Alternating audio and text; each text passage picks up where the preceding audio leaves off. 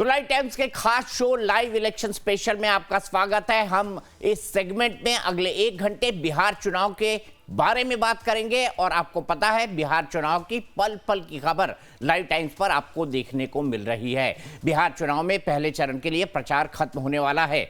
इस चरण में 6 नवंबर को राज्य की 121 सीटों पर मतदान होगा। चुनाव आयोग के आंकड़ों के मुताबिक इस चरण में कुल 1314 उम्मीदवार अपनी किस्मत आजमा रहे हैं।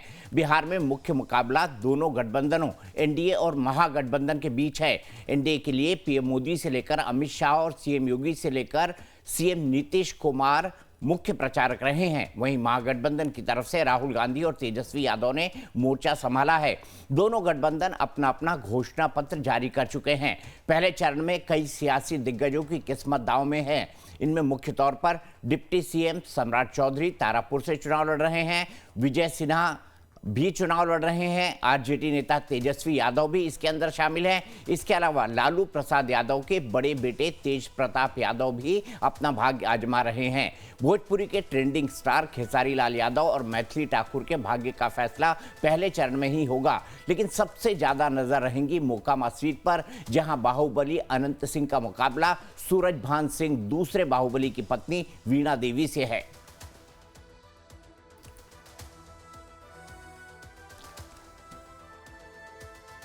पहले चरण में कुल 121 सीटों पर मतदान होना है। 6 नवंबर को इन सीटों पर वोट डाले जाने हैं। यदि हाई प्रोफाइल मुकाबलों की बात करें तो तारापुर सीट अहम है। यहां डिप्टी सीएम सम्राट चौधरी का मुकाबला आरजेडी के अरुण कुमार से होगा। इसी तरह राघोपुर सीट पर तेजस्वी यादव का मुकाबला बीजेपी के सतीश यादव से होगा। महुआ सीट पर संजय सिंह खड़े हैं तो अलीनगर सीट पर मैथिली ठाकुर खड़ी हैं।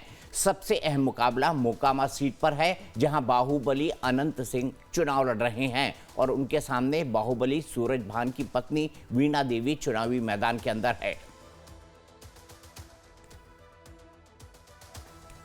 तो पहले चरण को लेकर किसके क्या क्या दावे हैं, इसी पर बात करेंगे। मेरे साथ भारतीय जनता पार्टी की प्रवक्ता कुमकुम भारद्वाज हैं, मेरे साथ कांग्रेस के प्रवक्ता अजय पासवान हैं, मेरे साथ जेडीयू के प्रवक्ता महेश दास हैं और मेरे साथ आरजेडी के प्रवक्ता लारेब अकरम हैं। सबसे पहले कुमकुम जी मैं आपके पास आना चाहूंगा। पहली सीट क्या अनुमान है आपका, क्या मिलने जा रहा है? पहली सीट जो पहला दौर है उसमें क्या हासिल होने जा रहा है एनडीए को?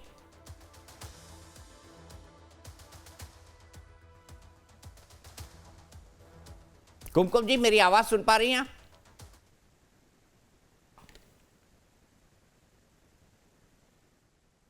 कुमकुम जी मेरी आवाज आ रही है? चलिए मैं सीधे लारेब अकरम के पास चलता हूं, आरजेडी के प्रवक्ता। लारेब भाई क्या अनुमान है पहले दौर में 121 सीटों पर?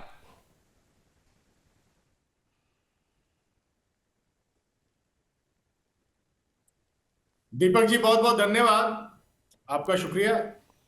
पहले दौर में पूरी तैयारी है और बिहार की जनता बदलाव के लिए महागठबंधन को वोट करने जा रही है और सभी से अपील करता हूं कि अपना वोट कास्ट करें, शांतिपूर्वक चुनाव को संपन्न करें। किसी भी तरह के लोगों की धमकी का और किसी भी तरह के हमले का शांतिपूर्वक प्रशासनिक व्यवस्था के साथ जाकर जवाब दें। किसी से जिस तरह से खबरें आ रही हैं, जिस तरह से आपने देखा कि ललन सिंह ने एक थ्रेटन किया पूरे बिहार को और मतदाताओं को, कल कहा कि हर लोग अनंत सिंह बनकर चुनाव लड़े, गरीबों को वोट नहीं दिया जाए।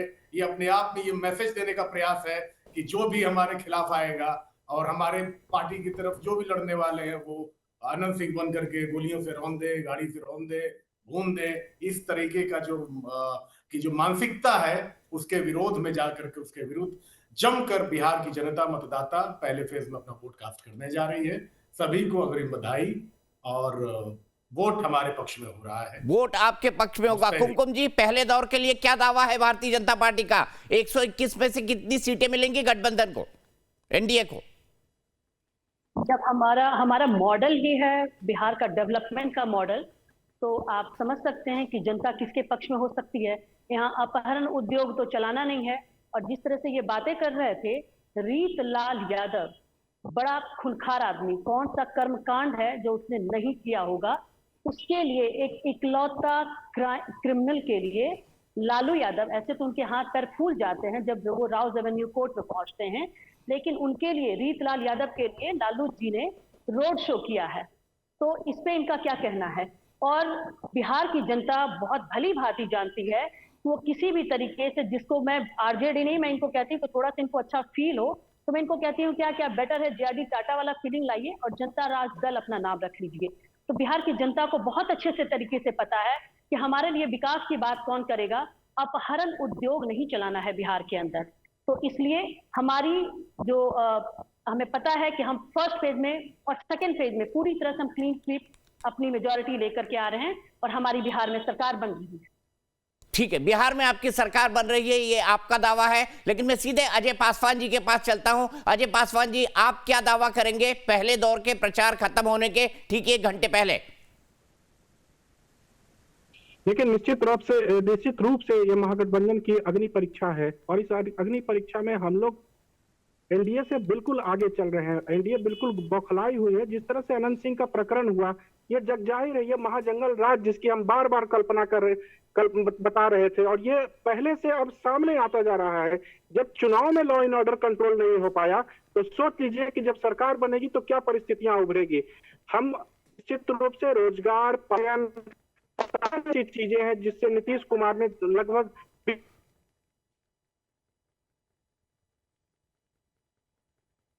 अजय जी, आपका कनेक्टिविटी थोड़ा गड़बड़ है, आप कनेक्ट नहीं हो पा रहे हैं। अजय जी, एक बार फिर से रिबूट करेंगे। इसके बीच में मैं सीधे महेश के पास चलता हूं। महेश, एक बार फिर हम मिल गए हैं, तो मुझे बताइए आपका क्या दावा है पहले दौर के बाद?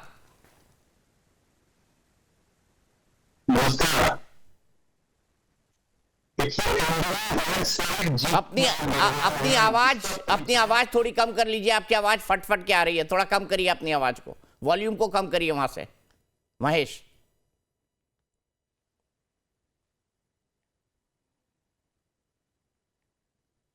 अब बोलिए। सुनते हैं, एक बार सुनेंगे तब सब पता पड़ेगा। अभी भी आपकी आवाज फट के आ रही है। देखिए, एनडीए बिल्कुल भी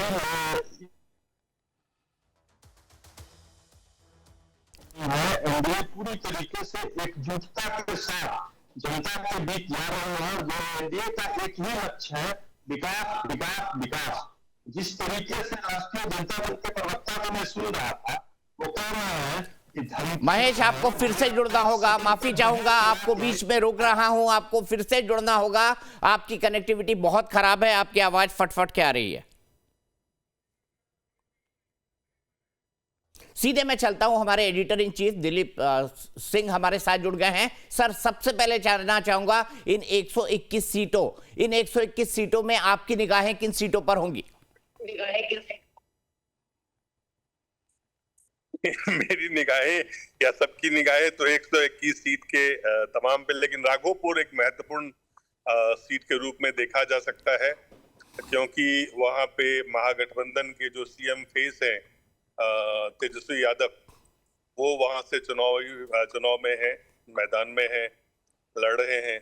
तो वो एक महत्वपूर्ण सीट है। कई और सीटें हैं, लेकिन मुझे लगता है कि मुख्यमंत्री फेस के नाते वो सीट एक बेहद अहम है। और इस सीट को लेके खास करके जो महुआ है, दूसरा लालू प्रसाद यादव जी के दूसरे पुत्र हैं, जिन्होंने बगावत करके परिवार से बाहर निकल के, पार्टी से बाहर निकल के महुआ से चुनाव आजमा रहे हैं। तीसरी सीट अगर हम देखें तो मोकामा का सीट अब और भी अहम हो गया है। अनंत सिंह जो बाहुबली हैं, उनके चुनाव कमान संभाल रहे केंद्रीय मंत्री ललन सिंह, जो जेडीयू के वरिष्ठ नेता हैं, कद्दावर नेता हैं, जो जेडीयू नीतीश कुमार जी के बहुत करीब हैं।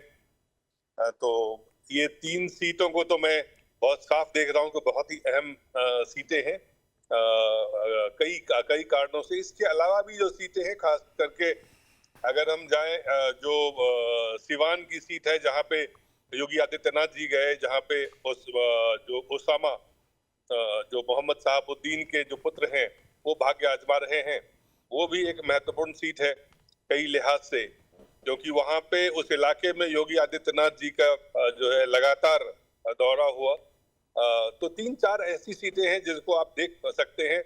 इसके अलावा पवन सिंह, खेसारी लाल की जो पत्नी लड़ रही है, वो भी एक अहम सीट माना जा सकता है। तो कई सीटें हैं दीपक जी जो अहम है, लेकिन मुझे लगता है राघोपुर इसमें से सबसे ज्यादा अहम है।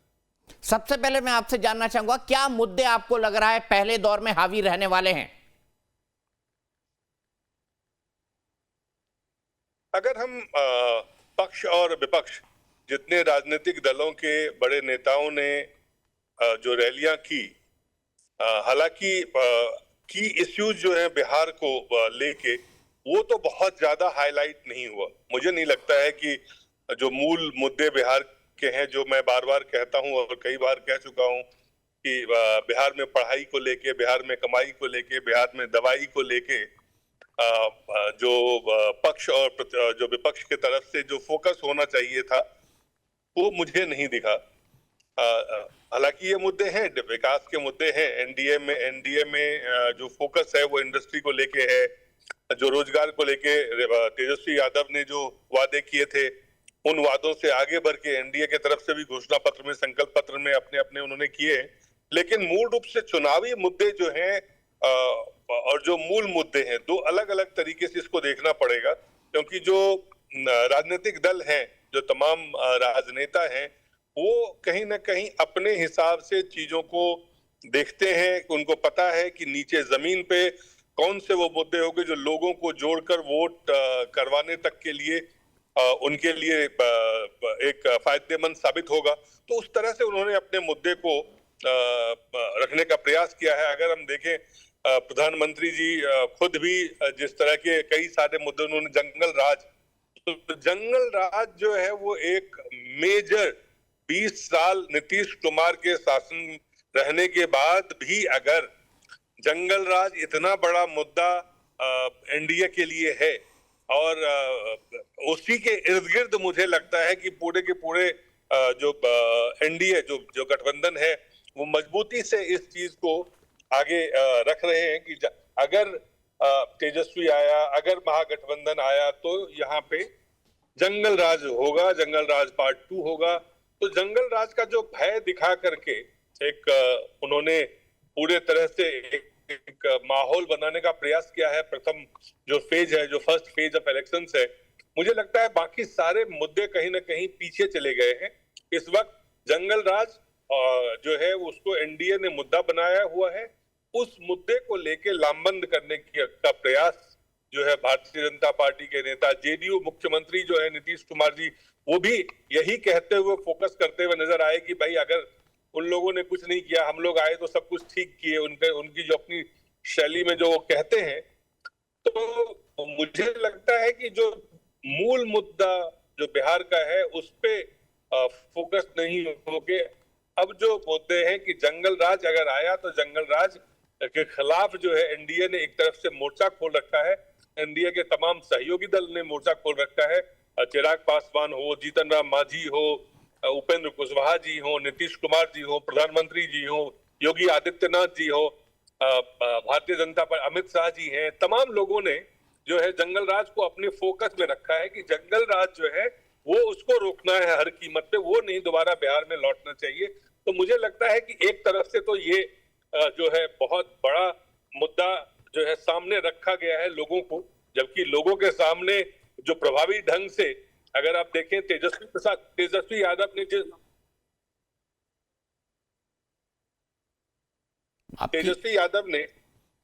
तेजस्वी यादव ने आपको आवाज आ रही है? जी आ रही है। तेजस्वी यादव ने जो मुद्दा सामने रखा, वो बिल्कुल उन्होंने क्या किया है कि उन्होंने एक चीज को हाईलाइट करने का प्रयास किया है।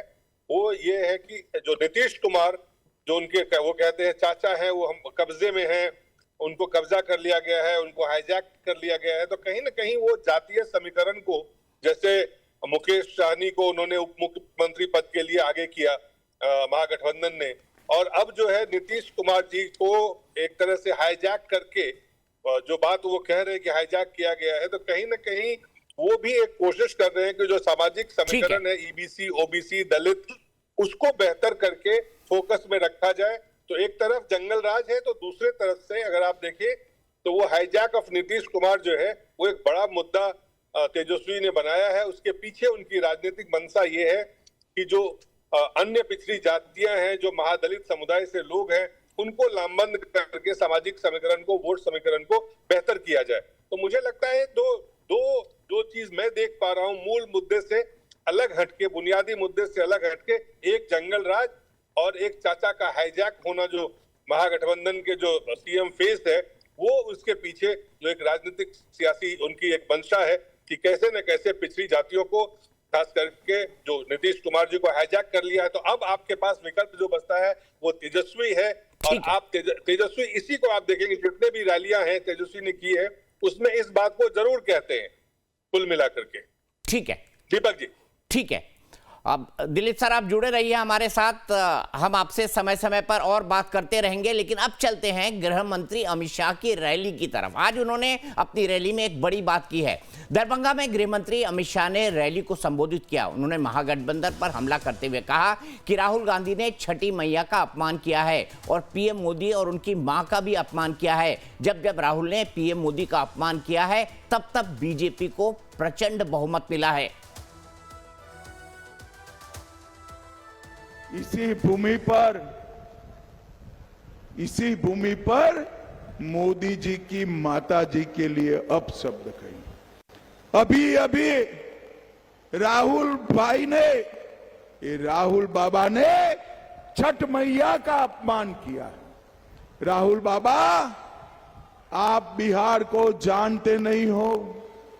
जो छठ मैया का अपमान करता है बिहार वाले उसको कभी माफ नहीं करते हैं। और भाइयों बहनों, जब जब कांग्रेस पार्टी ने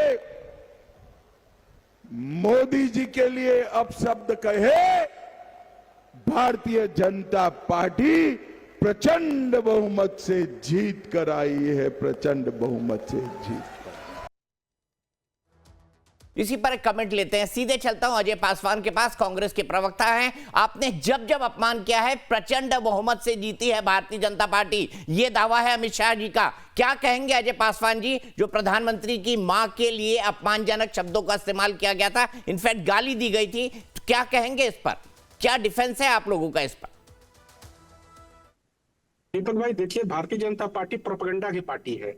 और ये कौन सी बात कह रहे हैं, जो प्रधानमंत्री जिस तरह से सोनिया गांधी और तमाम बड़े कांग्रेस नेताओं के ऊपर जिस तरह से भद्दी भद्दी टिप्पणियां की हैं, और कौन सी माता का अपमान किया गया है।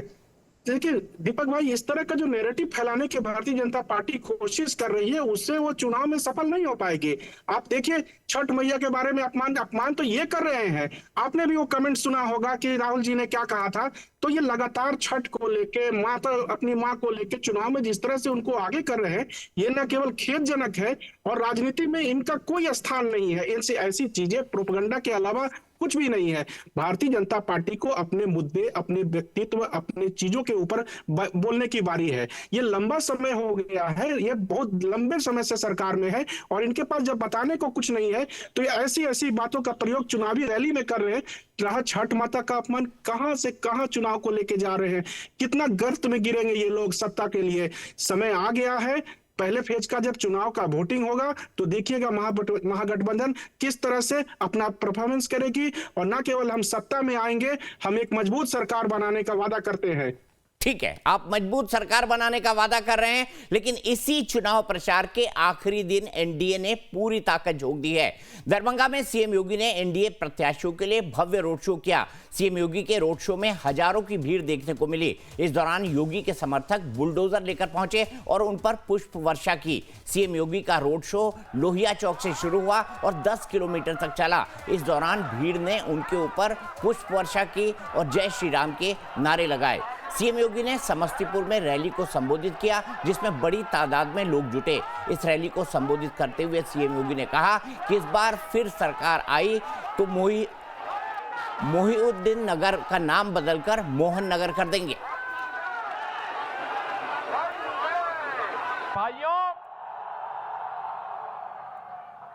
अब मोहद्दीन नगर का नाम अब यहां पर मोहन नगर करने की दिशा में आगे बढ़ जाइए। ऐसा कार्य कर दीजिए कि गुलामी के अंश समाप्त हो जाएं, गुलामी के लिए कोई स्थान ही न रहे। हमने इसीलिए फैजाबाद को अयोध्या किया है और इलाहाबाद को प्रयागराज भी कर दिया है। और इसीलिए मैं आपसे कहने के लिए आया हूं, जब जुझारू नेता होते हैं ना, कार्य कर देते हैं, फिर वो उनको जो लगता है कि हमारी विरासत है तो उसको करेंगे। तो सीधे चलते हैं जेडीयू के प्रवक्ता महेश दास के पास। महेश, मुझे बताइए, नाम बदलने के फेवर में आप भी हैं क्या? इस तरह से नाम बदले जाने चाहिए? क्योंकि आप लोगों ने आज तक बख्तियारपुर का नाम तो बदला नहीं, बख्तियार खिलजी के नाम पर है। देखिए, लोगों के लिए डेवलपमेंट का जो रोडमैप है ये कैसे तैयार करके उनके बीच नहीं महेश, माफी चाहूंगा, आपकी आवाज बिल्कुल ठीक नहीं है। आप एक काम करिए, फोन से कनेक्ट हो जाइए, विजुअल ऐसे ही आने दीजिए, फोन से कनेक्ट हो जाइए तो मैं आपको फिर से लेने की कोशिश करूंगा। लारेब अकरम जी, नाम बदल रहे हैं योगी जी, क्या कहेंगे इस पर? देखिए दीपक भाई, बहुत साफ बात है। जब 20 साल तक आपको सरकार दी गई, आपको प्रदेश सौंप दिया गया, आपके पास करने को जब कुछ भी नहीं है तो आप यही उलट पुलट बातें, समाज को भ्रमित करने वाली बातें बिहार में नहीं चलेगी। बिहार उत्तर प्रदेश नहीं है, जहां अपना गंध है वहीं फैलाएं, वहीं समेटे। बिहार को दूषित करने की आवश्यकता वैसे नेताओं की भी नहीं है। सवाल यह है कि पेट कैसे भरेगा, रोजगार के बारे में बात नहीं कर रहे, जवाब 20 साल का दे नहीं पा रहे। मीटर घोटाला बहुत बड़ा हुआ है, भाजपा के बड़े नेता रहे आरके सिंह ने अभी आरोप लगाया, सीबीआई जांच की मांग की। इनके ललन सिंह किस तरह की भाषा बोलते, पूरे देश ने देखा क्या कर रहे हैं। केंद्रीय मंत्री का स्तर कहां गिर गया है। प्रधानमंत्री नुक्कड़ नुक्कड़ बैठक कर रहे हैं, गृह मंत्री, ऐसा लग रहा है कि ये कॉरपोरेशन का चुनाव हो रहा है, पंचायत चुनाव हो रहा है। आप ये सोचिए कि जब आपके पास बताने को कुछ नहीं है, आपकी उपलब्धियां गिनाने को कुछ नहीं है, तो या तो आप 1990, 85, 40, 42 बतियाएंगे, या तो आप उसके बाद आपके पास कोई लफ्ज नहीं है, जुमलेबाजी पे आएंगे। कल जिस तरह से जिस भाषा का इस्तेमाल किया गया था, क्या राजनीति में यह मर्यादा शोभा देती है? मुख्यमंत्री के द्वारा किसी प्रदेश का, या प्रधानमंत्री जी के द्वारा, या गृह मंत्री के द्वारा। आप जब एक दलित नेता कांग्रेस का मल्लिकार्जुन खड़गे जी हैं, जब एक पिछड़ा आपके सामने दो लोग खड़े हो तो आप उनको अप्पू पप्पू चप्पू करते हो। क्या ये राजनीति का स्तर है? आप जवाब दीजिए कि बिहार में बांध घोटाला हुआ, एस्टीमेट घोटाला हुआ, 76,000 करोड़ रुपए का सीएजी का रिपोर्ट आया है, वाउचर नहीं मिल रहा है, निकासी पैसा का मिलान नहीं हो रहा है। सवाल तो ये है, आपको जवाब इस पर देना है। पलायन नहीं रुका, आज भी लाखों युवा करोड़ों की संख्या में हमारे पलायन कर रहे हैं। एक सेशन अब टाइम पर नहीं हो रहा है, विश्वविद्यालयों में ताले बंद है, क्लासेस नहीं लिए जा रहे हैं। अरे इतना जंगल राज है तो आपको थंपिंग मेजॉरिटी से जीत जाना चाहिए लारेब भाई, फिर तो आपको 200 सीटें आनी चाहिए। अगर ये हाल है तो फिर तो आपको 200 सीटें आने चाहिए।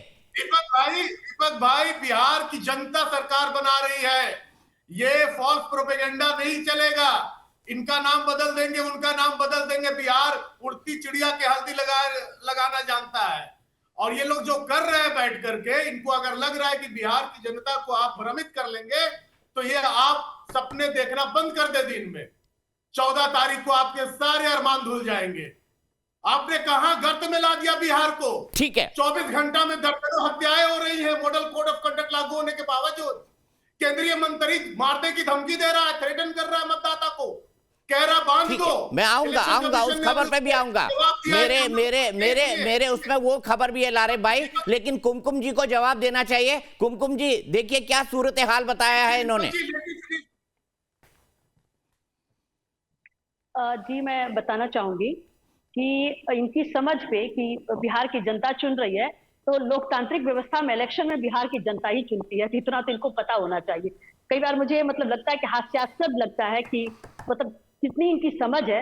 अभी रिसेंटली मैं तेज प्रताप के एक शिक्षक को सुन रही थी, वो कह रहे थे, उन्होंने खुल करके ये पब्लिक प्लेटफॉर्म में और एबीपी न्यूज ने इसको कवर किया है, उन्होंने कहा है कि इनका गणित बड़ा कमजोर था। तो मुझे यही लगता है जब गणित ही नहीं पता तो बिना गणित का, बिना इकोनॉमी का राज्य और देश नहीं चलाया जा सकता, जब गणित की ही समझ ना हो। दूसरी बात मैं इनको कहना चाहूंगी कि हमारे जो आपके पत्रकार जो बात कर रहे थे दिलीप जी, कि उन्होंने बात करी कि हाईजैक कर लिया गया है, तो इनकी शब्दावली है हाईजैक, अपहरण, ये सब करना, ये सब का उद्योग जो है ये आरजेडी की सरकार चलाती है। एनडीए की सरकार में वो चीज नहीं है। एनडीए की सरकार में सिर्फ होता है तो विकास की बात होती है, विकास के मुद्दे की बात होती है। दूसरी बात मैं इनको कहूंगी कि बिहार में अगर इनको डेवलपमेंट नहीं दिखता है तो धृतराष्ट्र को उतना ही दिखता था पुत्र मोह में जितना संजय दिखाते थे। तो संजय गुप्ता के माध्यम से जितना लालू यादव को दिखाया जा रहा है तो इनको और इनकी पार्टी के जो लीडर्स हैं और जो इनके लोग हैं उनको उतना ही दिख रहा है। जब ये निकलेंगे तभी तो। और दूसरी बात और भी है कि तेजस्वी की जो समझ है, उस तेजस्वी की समझ से मुझे ये लगता है कि इन्होंने पढ़ाई तो नहीं ही करी, आखिर ये बिहार को कहां लेकर के जाना चाहते हैं कि एक से एक घोटाला इनकी सरकार में हुआ और ये हमें कहते हैं कि आप घोटाले की बात करते हैं। चाचा के ऊपर इनका हमेशा से सॉफ्ट कॉर्नर रहा है। आज के समय में मैं आपको बताना चाहूंगी कि आज के समय में जो इनका गठबंधन है कांग्रेस पार्टी के साथ, यही है आरजेडी और जनता दल के ही लोग, लालू यादव ही हैं, जो 1985 में जो कांग्रेस के पास 196 सीट थी उसको ला करके 2010 में ये प्रशांत किशोर 2015 में आते हैं और इनको जीवन दान देते हैं। 4 सीट कांग्रेस के पास, 4 सीट और आरजेडी के पास 22 सीट थी। किसका निर्णय था? बिहार की जनता का ही तो निर्णय था। इलेक्शन प्रक्रिया में, लोकतांत्रिक व्यवस्था में बिहार की जनता या देश की जनता जहां चुनाव होता है वो जनता ही इस पर किसका निर्णय लेती है। इनकी समझ जो है वो कुछ भी नहीं है। अगर आप ग्राउंड पे उतरेंगे तो देखेंगे कि मॉडल जो इस तरीके का क्लाउड एजुकेशन होता है आईसीटी के तहत, वहां क्लासरूम चल रहा है। मैं बिहार की भूमि पे घूमी हूँ, मैं सिर्फ आंखों देखी है, जो मुझे दिखाया, मतलब बताया जाता है उनको, उनके कार्यकर्ता को कमाई, दवाई और इस तरीके का जो शब्दावली वो यूज करते हैं, ऐसा नहीं है। बिहार की धरती पे उतर करके देखिए, स्कूल्स में जाकर के देखिए, हॉस्पिटल में कितना डेवलपमेंट हुआ है। बिहार को एक नहीं 2-2 एम्स मिला है, कितना एयरपोर्ट मिला है। बिहार में जो डेवलपमेंट का काम हुआ है वो आंख को खोल करके देखने की जरूरत है। अब आज के समय में पटना का मेट्रो है। ठीक है कुमकुम जी, आपने अपनी खूबियां गिनाई।